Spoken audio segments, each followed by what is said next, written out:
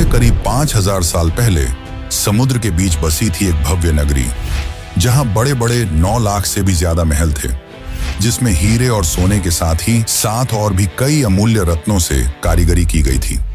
यह शहर इतनी ज्यादा वेल प्लान थी कि आज के बड़े बड़े शहर इसके सामने फेल हैं। लेकिन फिर एक दिन अचानक यह भव्य शहर देखते ही देखते समुद्र में समा गया। अब समय में आगे आते हैं। यह बात है 1983 की। गुजरात के ओखा तट के पास अरब सागर की लहरें एक अजीब सी बेचैनी के साथ किनारे से टकरा रही थी। भारतीय पुरातत्वविदों की एक टीम गोताखोरी के उपकरणों से लैस समुद्र की सतह पर खड़ी थी। किसी को नहीं पता था कि कुछ ही क्षणों बाद वे एक ऐसा दृश्य देखने वाले हैं जो इतिहास की धारणाओं को हिला देगा। जैसे ही उन्होंने समुद्र की नीली गहराइयों में छलांग लगाई, नीचे उतरते ही रेत, चट्टानों और पत्थरों के बीच उन्हें कुछ अननेचुरल दिखाई दिया, कुछ ऐसा जो किसी समय की गवाही देता था। उनका शरीर थम गया, सांसें रुक गईं और आंखों के सामने जो दृश्य था उसने इस सवाल को जन्म दिया, क्या ये वही नगरी है जिसका जिक्र हजारों साल पुरानी किताबों में हुआ है? क्या सचमुच समुद्र की गहराइयों में एक पूरा शहर दफन है? उनके सामने जो दृश्य था उसे देखकर वे दंग रह गए। बड़ी बड़ी चट्टानें, ऊंची ऊंची दीवारें जिनमें भव्य कारीगरी की गई थी, मानो पानी के अंदर पूरा शहर बसा हो। यह कुछ और नहीं बल्कि यह थी श्री कृष्ण की डूबी हुई नगरी द्वारका। दोस्तों, बहुत पहले से ही महाभारत और रामायण जैसे दिव्य ग्रंथों को मिथ यानी कि किस्से और कहानियों की तरह बताया जाता है, और उन्हीं एक किस्से कहानियों में लिखी थी इस भव्य नगरी द्वारका के बारे में, और इसे भी बहुत समय से काल्पनिक कहानी की तरह ही बताया गया। लेकिन जब 1983 में डॉक्टर SR राव और उनकी टीम ने इस नगरी को खोज निकाला, तो इसने उन लोगों को सोचने पर मजबूर कर दिया जो इसे सिर्फ मिथ मानते थे। डॉक्टर SR राव ने डिटेल्ड आर्कियोलॉजिकल सर्वे और रिसर्च के बाद यह कंफर्म किया कि यह वही द्वारका नगरी है जिसका वर्णन महाभारत और हरिवंश पुराण में मिलता है। तो आखिर ऐसा क्या हुआ कि द्वारका जैसी समृद्ध शहर एक ही झटके में पानी के अंदर समा गई, और रिसर्च के दौरान डॉक्टर राव और अन्य आर्कियोलॉजिस्ट को ऐसा क्या मिला जिसने उन्हें चौंका के रख दिया?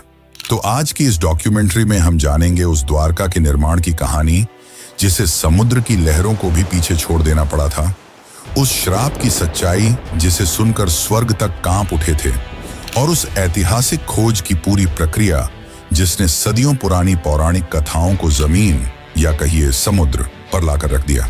हम जानेंगे कि कैसे डॉक्टर SR राव और उनकी टीम ने समुद्र की गहराइयों में उतरकर उस नगरी के अवशेष खोज निकाले जिसे लोग सिर्फ कहानी मानते थे। हम यह भी देखेंगे कि कैसे आधुनिक काल में वैज्ञानिकों ने समुद्री तल में हजारों साल पुरानी दीवारें, स्तंभ, लंगर और कलाकृतियां खोजी जिनकी तारीखें महाभारत युद्ध से मेल खाती हैं।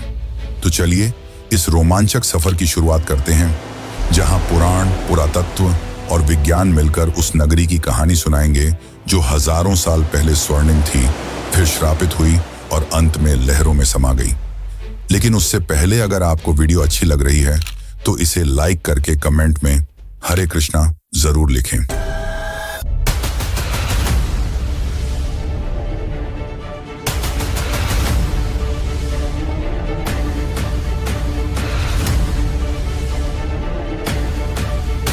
Dwarka and came to the conclusion that it was the Dwarka of Mahabharata.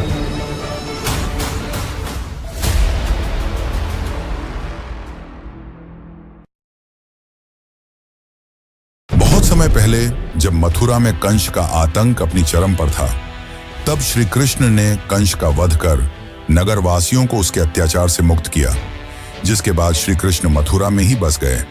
लेकिन कंस की मृत्यु से क्रोधित होकर कंस के ससुर जरासंध ने मथुरा पर लगभग 17 बार हमले किए।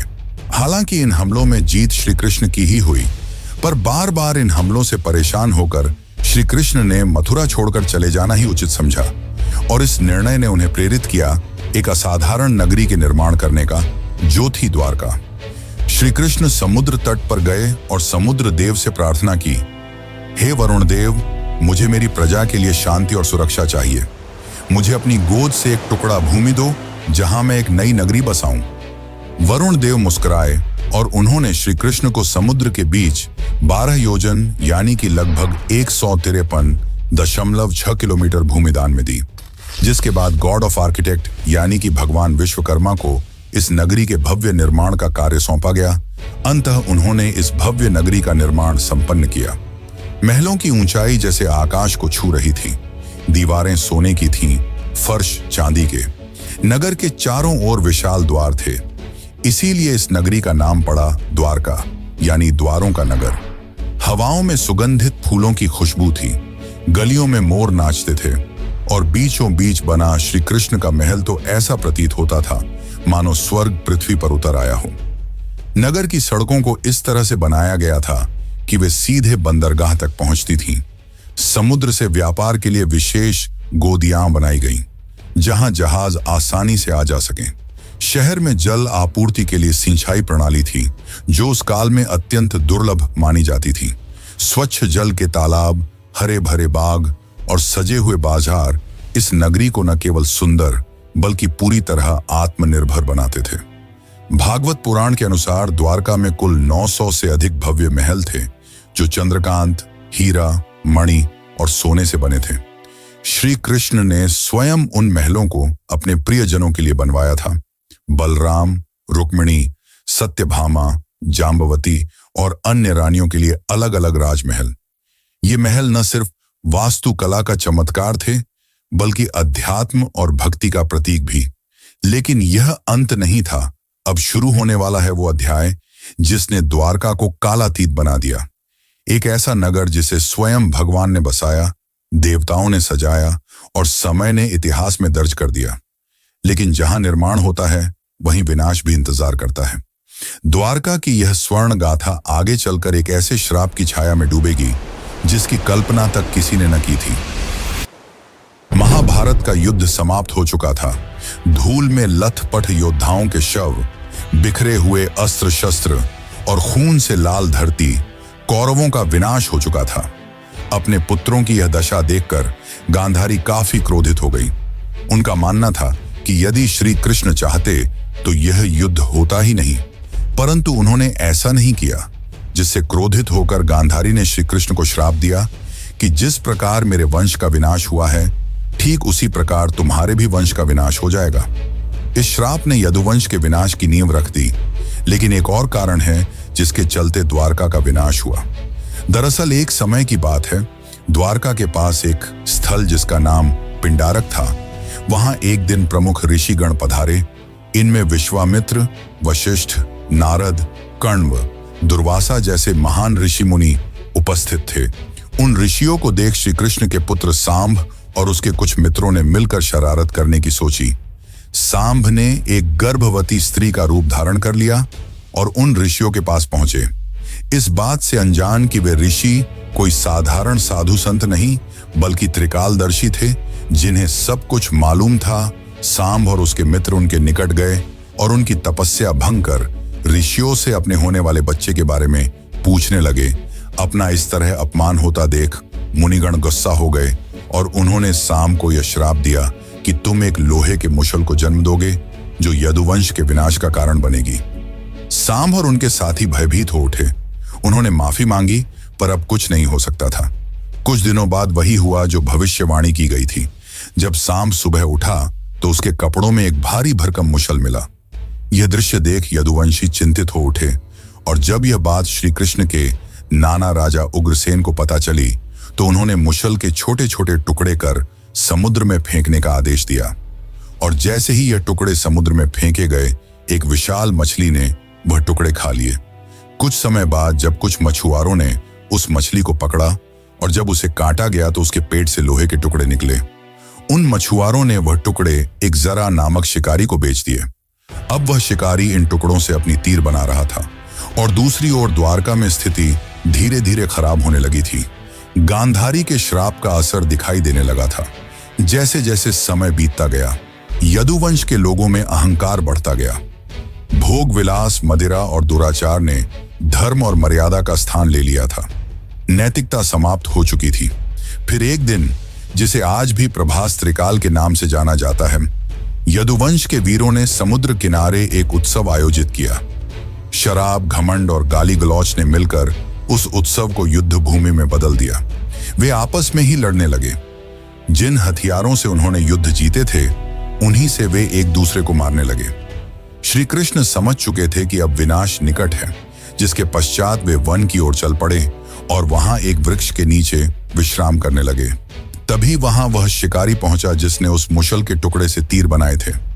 उस शिकारी ने श्री कृष्ण को हिरण समझकर उन पर तीर चला दी, और जैसे ही तीर श्री कृष्ण के पैरों में लगी, उन्होंने यह लोक त्याग दिया और उनके मृत्यु के साथ ही पूरी द्वारका नगरी पानी में समा गई।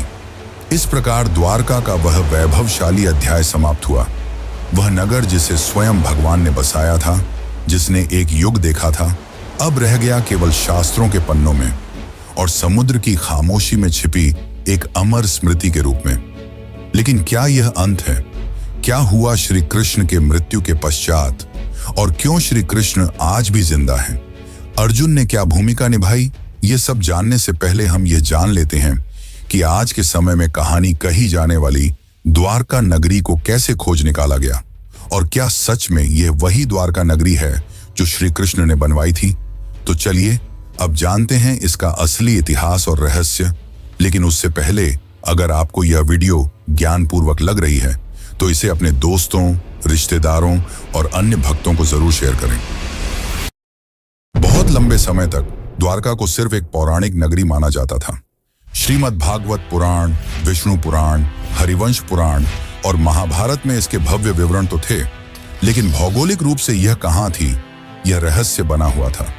अधिकांश विद्वान मानते थे कि यह एक धार्मिक कथा बस है, कोई ऐतिहासिक सच्चाई नहीं। लेकिन यह सोच पहली बार 1930 के आसपास हिली, जब गुजरात के सौराष्ट्र इलाके में कुछ मछुआरों और गोताखोरों ने समुद्र के अंदर अजीब पत्थरों और ढांचों को देखने की बात बताई। यहां तक कि कुछ पायलटों ने, जो अरब सागर के ऊपर उड़ान भर रहे थे, बताया कि उन्होंने पानी के नीचे सीधी रेखाओं जैसी आकृतियां देखी हैं, जैसे कोई पुराना शहर हो। यहीं से उस राज की तलाश शुरू हुई जिसने एक प्राचीन कहानी को एक खोज में बदल दिया। फिर आया साल 1963, जब भारतीय पुरातत्व सर्वेक्षण विभाग यानी कि ASI ने पहली बार बेट द्वारका के पास खुदाई शुरू की।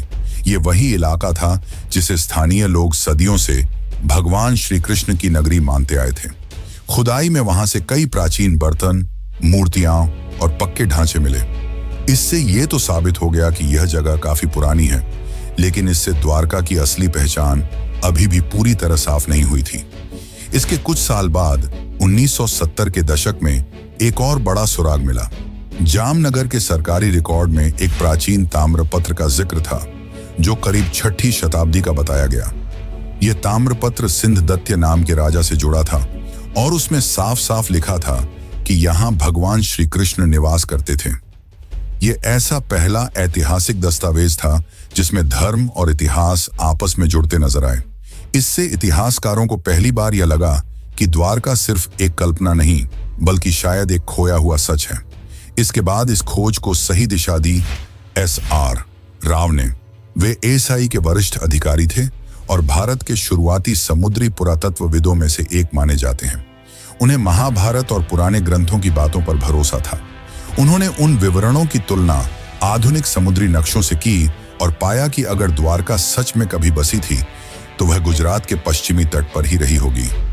इसी सोच से 1979 में भारत में पहली बार समुद्र के नीचे पुरातात्विक खोज की नींव रखी गई। डॉक्टर राव ने गोवा स्थित नेशनल इंस्टीट्यूट ऑफ ओशनोग्राफी यानी कि NIO की मदद ली और एक नई खोज का अभियान शुरू किया। यह काम आसान नहीं था। न तो उस दौर में भारत के पास अच्छे उपकरण थे, न ही आधुनिक तकनीक। फिर भी उन्होंने स्थानीय मछुआरों, गोताखोरों, पुरानी नावों और शुरुआती सोनार तकनीक की मदद से समुद्र के अंदर छिपे राज को ढूंढना शुरू किया। और इसी दौरान समुद्र की सतह के नीचे उन्हें कुछ ऐसे ढांचे दिखाई देने लगे जो किसी भी नजरिए से प्राकृतिक नहीं लगते थे। वहां पत्थरों की लंबी दीवारें थीं, बड़े बड़े खंभे थे और ऐसे लंगर भी मिले जो साफ बताते थे कि वहां कभी जहाज आते जाते रहे होंगे। यानी ये जगह एक पुराना बंदरगाह रहा होगा। लेकिन ये तो बस शुरुआत थी, असली खुलासे तो अभी बाकी थे। 1979 की खोज ने एक ऐसा दरवाजा खोल दिया था जिसके पीछे छुपी थी एक बहुत पुरानी, लगभग भूली हुई कहानी।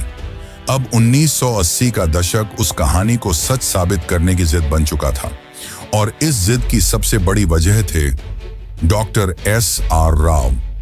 डॉक्टर राव को महाभारत और पुराणों में लिखी बातों पर पूरा भरोसा था। उन्होंने उन ग्रंथों के नक्शों और विवरणों को पढ़ा, समझा और फिर आधुनिक समुद्री मानचित्रों से मिलाया। उन्हें यकीन था कि श्री कृष्ण की वो नगरी, जिसे दुनिया ने बस एक कहानी मान लिया था, वो कहीं ना कहीं अरब सागर के नीचे आज भी मौजूद है। लेकिन उनका ये सफर बिल्कुल भी आसान नहीं था। उस समय भारत में समुद्री खुदाई यानी कि मरीन आर्कियोलॉजी एक बिल्कुल नया क्षेत्र था। न सरकार के पास इस काम के लिए पर्याप्त पैसा था, न वैज्ञानिकों को इस बात पर भरोसा कि समुद्र के नीचे कोई शहर भी हो सकता है। बहुत सारे लोग इस प्रयास को बस धार्मिक सोच का हिस्सा मानते थे। कई लोगों ने डॉक्टर राव से कहा, पौराणिक कथाओं को इतिहास से जोड़ने का क्या फायदा, लेकिन उन्होंने कभी हार नहीं मानी। डॉक्टर राव ने ASI और गोवा के नेशनल इंस्टीट्यूट ऑफ ओशनोग्राफी के साथ मिलकर एक समुद्री अभियान शुरू किया। इंडियन नेवी के गोताखोरों की भी मदद ली गई, लेकिन चुनौती सिर्फ यह नहीं थी कि लोग विश्वास नहीं कर रहे थे। असली मुश्किल थी टेक्नोलॉजी और संसाधनों की कमी। उस समय न तो सोनर जैसी आधुनिक तकनीक थी, न ही पानी के अंदर काम करने वाले रोबोट्स। डाइवर्स को अपने हाथों से समुद्र की सतह को टटोलना पड़ता था। 1980 के दशक में, यानी लगभग 40 साल पहले, समुद्र में जाकर खुदाई करना कोई आसान काम नहीं था। इसके लिए archaeologist, divers, oceanographers, under water photographers, historians, geologist और बहुत से टेक्नीशियनों की जरूरत होती थी। इतनी बड़ी टीम को बनाना और उन्हें काम पर लगाना अपने आप में एक बड़ा काम था। फिर भी राव ने हार नहीं मानी। फंडिंग की इतनी कमी थी कि उन्होंने अपने वेतन से टीम का खाना तक खरीदा। उन्होंने सिर्फ 800 रुपये में एक्सपीडिशन शुरू किया था, और ये भी उन्हें छोटे छोटे फंड्स इकट्ठा करके मिले थे। वह चाहते थे कि सरकार एक स्थायी समुद्री पुरातात्विक इकाई बनाए, लेकिन यह इतना भी आसान नहीं था। 1983 से 1992 के बीच राव की टीम ने लगभग 12 बार समुद्र में जाकर खुदाई की। खोज के लिए बेट द्वारका और आसपास के इलाकों को चुना गया, और फिर एक एक कर सामने आने लगे ऐसे सबूत जिन्होंने न सिर्फ भारत को बल्कि पूरी दुनिया को चौंका दिया। गोताखोरों ने समुद्र के तल से लगभग 30 मीटर नीचे 560 मीटर लंबी पत्थरों की दीवार खोज निकाली। ये कोई प्राकृतिक बनावट नहीं थी, ये इंसानों द्वारा बनाए गए शहर की दीवार थी। उसकी बनावट वैसी ही थी जैसी महाभारत में द्वारका के वर्णन में मिलती है।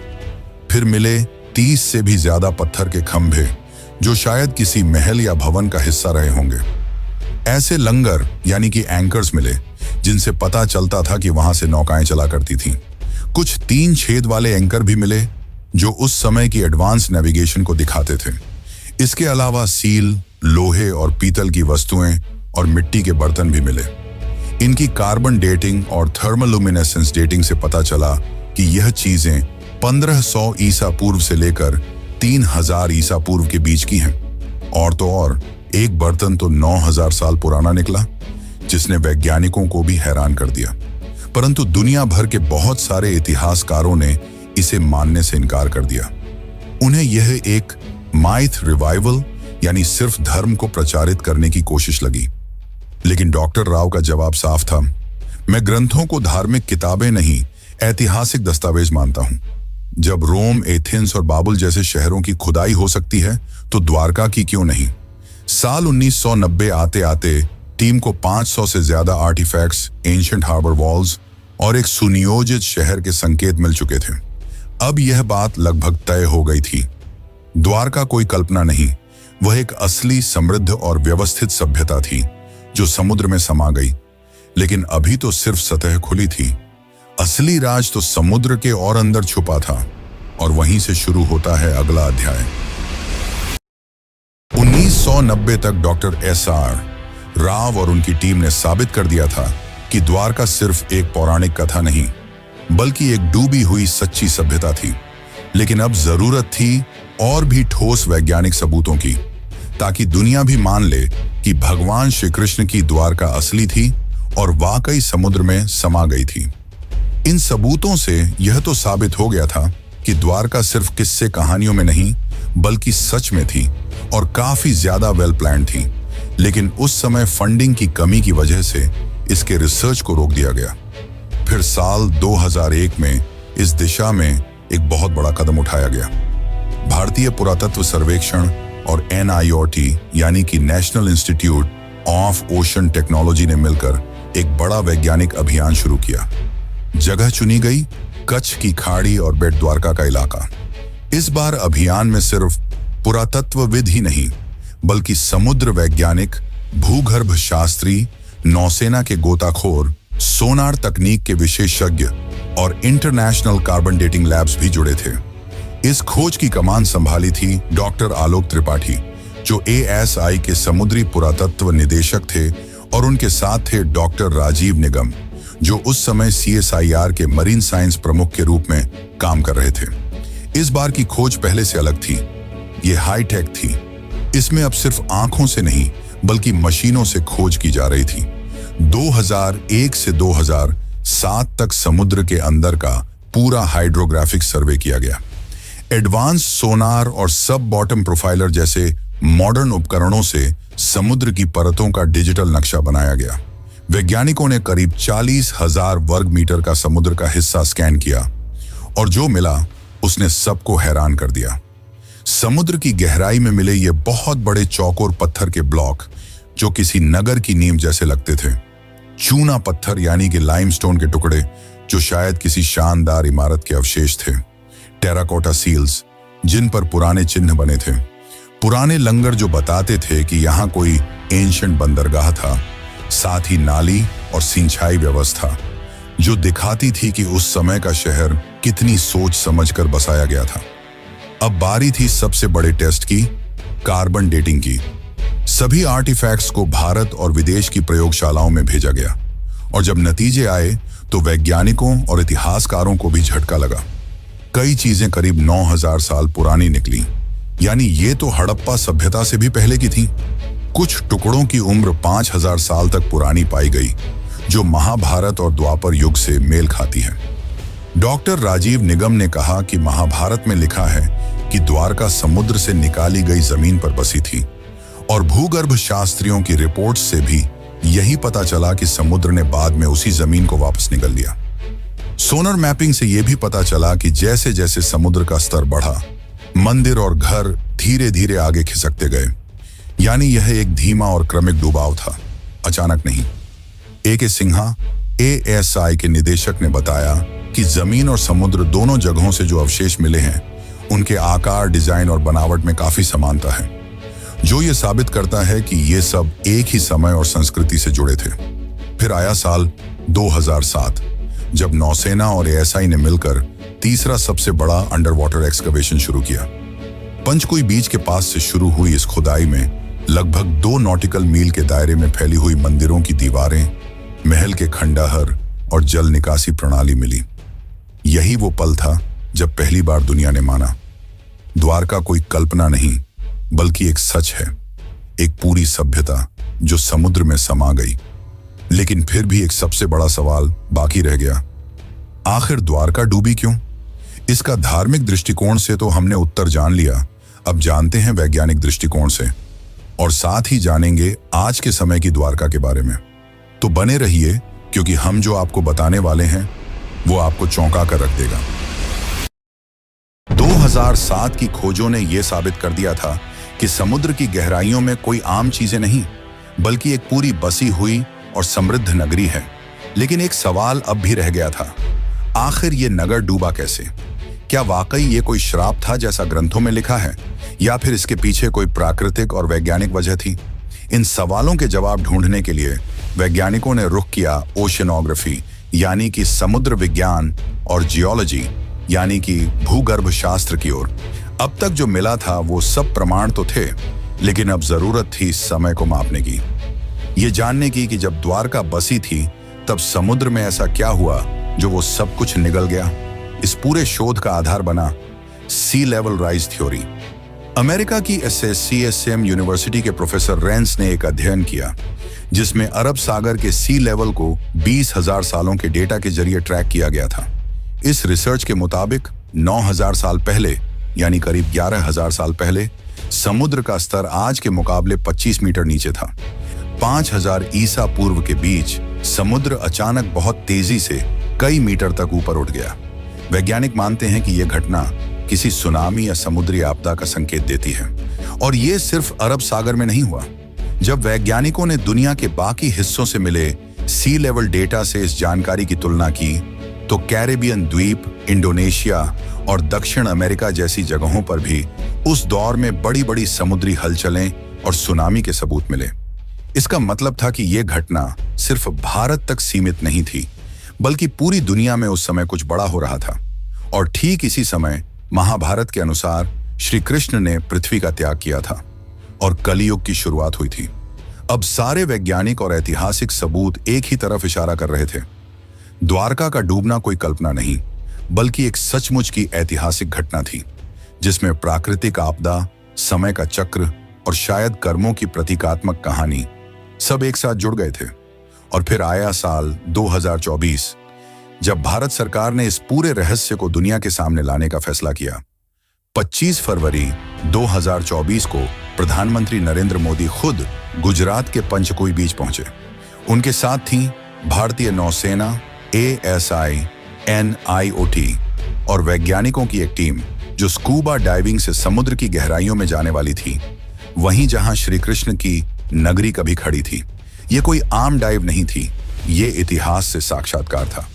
जैसे ही प्रधानमंत्री समुद्र में उतरे, वहां पत्थर के स्तंभ, लंगर, मंदिर की नींव और प्राचीन दीवारें दिखाई दी। मोदी जी ने खुद समुद्र की गोद में मोरपंख अर्पित किया, जो श्री कृष्ण की स्मृति और भारत की सनातन विरासत को फिर से जीवंत करने का प्रतीक था। इसके बाद उन्होंने द्वारिकाधीश मंदिर में जाकर श्री कृष्ण और रुक्मिणी माता के दर्शन किए। मंदिर की 52 गज की ध्वजा, जो हर दिन 5 बार बदली जाती है, आज फिर हवा में लहराई, मानो ये संकेत दे रही हो कि द्वारका की सच्चाई अब दुनिया के सामने है। आज की तारीख में द्वारका 2 भागों में बसी है। एक जो है जहां लाखों श्रद्धालु हर साल दर्शन के लिए आते हैं, और दूसरी जो समुद्र के नीचे है, जिसे आज पूरी दुनिया जानती है the lost city of Krishna के नाम से। इस 90 साल की खोज, संघर्ष और वैज्ञानिक यात्रा ने दुनिया को यह दिखा दिया कि श्रद्धा सिर्फ आस्था नहीं, वो इतिहास की नींव भी बन सकती है। द्वारका सिर्फ भारत की कहानी नहीं है, ये पूरी मानव सभ्यता की याददाश्त है, जो ये सिखाती है कि सत्य और संस्कृति को भुलाया नहीं जा सकता, चाहे वो कितनी भी गहराई में क्यों ना छुपा हो। और इसीलिए आज भी द्वारका जिंदा है, कभी मंदिर की घंटियों में, कभी समुद्र की लहरों में, और अब वैज्ञानिक रिपोर्टों में भी। तो चलिए मित्रों, अब चलते हैं अपने आखिरी अध्याय की ओर। शताब्दियां बीत गईं, युग बदले, राजवंश मिटे, सभ्यताएं उगती और गिरती रहीं, लेकिन समुद्र वो आज भी मौन है, शांत, गूढ़ और रहस्यमयी। उसकी लहरों के नीचे दबी द्वारका की नगरी आज भी जैसे किसी इंतजार में है, न जाने किसके लिए। शायद उसके निर्माता श्री कृष्ण के फिर से लौट आने के लिए, या शायद इस धरती के इंसानों के उस बोध के लिए जब वे केवल इतिहास नहीं, अपनी आस्था में छिपे सत्य को भी पहचानना सीखें। द्वारका कोई कल्पना नहीं थी, वो एक यथार्थ था, एक स्वर्णिम यथार्थ जिसे एक श्राप ने लील लिया, एक समय ने छिपा दिया और एक समुद्र ने अपनी गहराइयों में समा लिया। लेकिन वह सत्य आज फिर उभर रहा है, टूटे स्तंभों में, पुरातत्व की रिपोर्टों में, सोनर की लहरों में और एक राष्ट्र की आस्था में। इस पूरी डॉक्यूमेंट्री ने हमें यह सिखाया कि आस्था और विज्ञान 2 विपरीत ध्रुव नहीं हैं, वे एक ही सत्य की 2 राहें हैं। एक राह हमें विश्वास दिलाती है और दूसरी उसे प्रमाणित करती है। द्वारका की कहानी बस एक शहर की कहानी नहीं है, यह उस संस्कृति की कहानी है जो अपने चरम पर भी विनम्र थी और अपने अंत में भी दिव्य। यह उस ईश्वर की नगरी की कहानी है जिसने अपने जीवन से कर्म का सार बताया और अपने अंत से संयम और स्वीकृति का।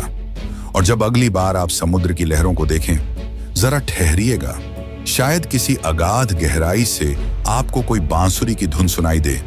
शायद वो द्वारकाधीश अब भी आपको पुकार रहे हों, अपने नगर से, अपने सत्य से, क्योंकि कुछ कहानियां खत्म नहीं होती, वे सिर्फ इंतजार करती हैं दोबारा जगाए जाने का। जय द्वारकाधीश।